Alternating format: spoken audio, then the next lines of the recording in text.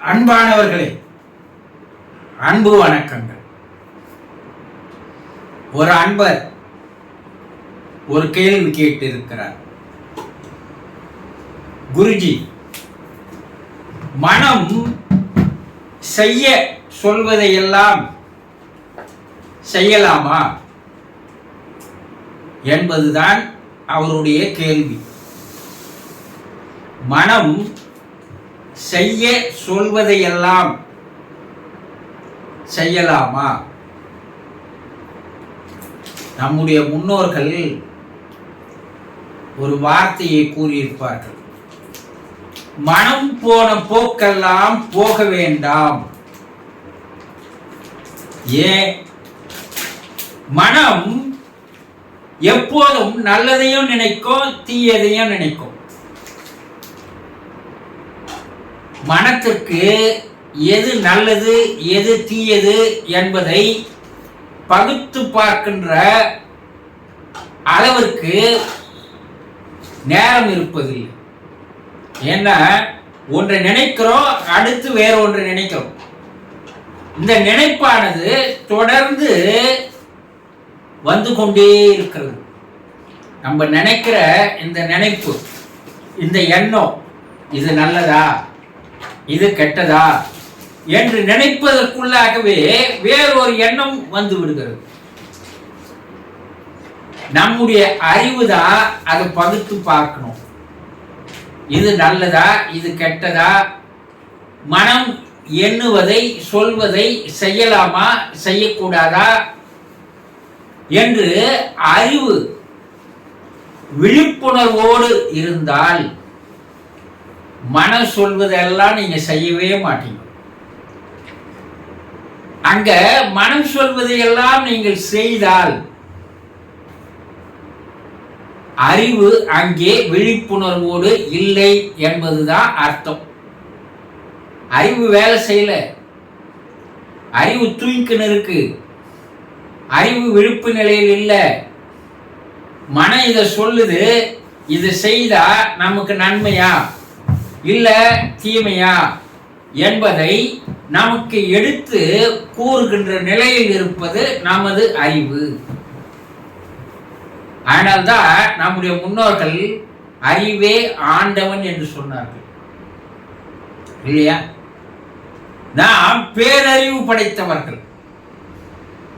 இந்த அறிவு சரியான முறையில் விழிப்புணர்வோடு செயல்பட்டால் மனம் சொல்வதையெல்லாம் நீங்க செய்ய மாட்டீங்க.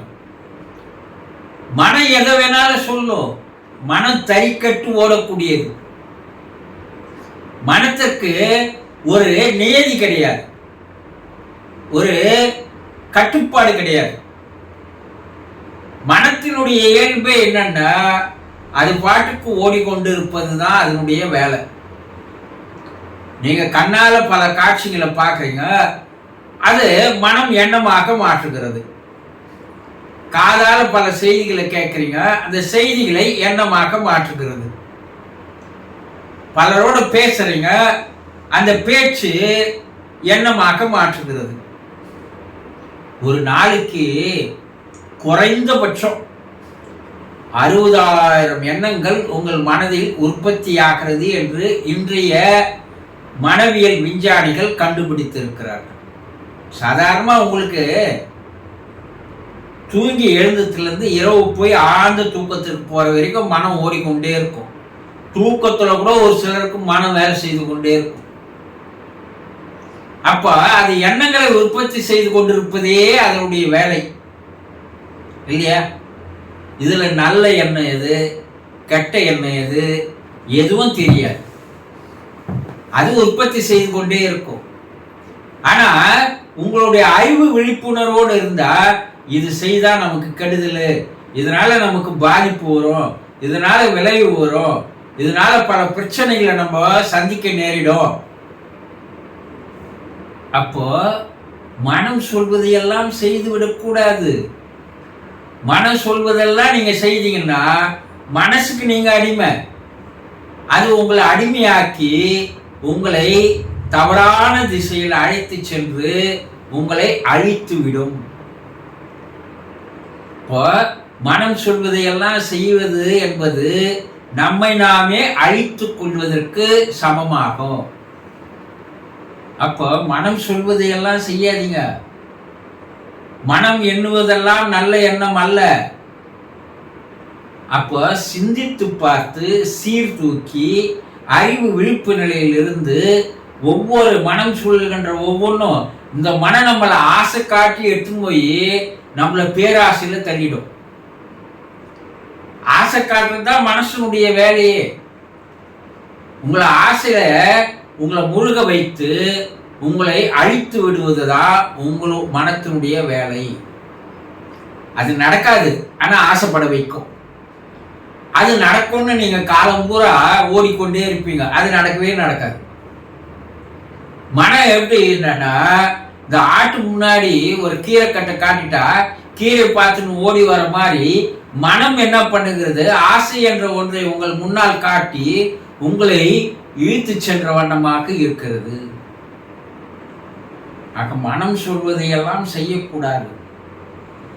அது சரியானதா இல்லையா என்பதை விழிப்பு நிலையிலிருந்து நீங்கள் கண்காணித்து வந்தால் மனம் என்ன ஆகும்னா, கண்டதை நினைப்பதை சிறு சிறிதாக குறைக்க ஆரம்பித்துவிடும்.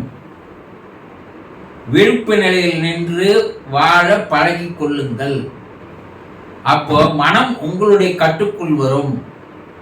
அப்ப நீங்க சொல்வதை தான் மனம் செய்யும்.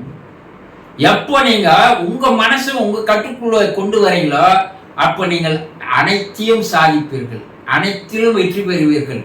வாழ்க்கை உங்களுக்கு ஒரு சந்தோஷமான சூழ்நிலையில் இருக்கும். புரிந்து கொண்டீர்களா? சந்தோஷம்.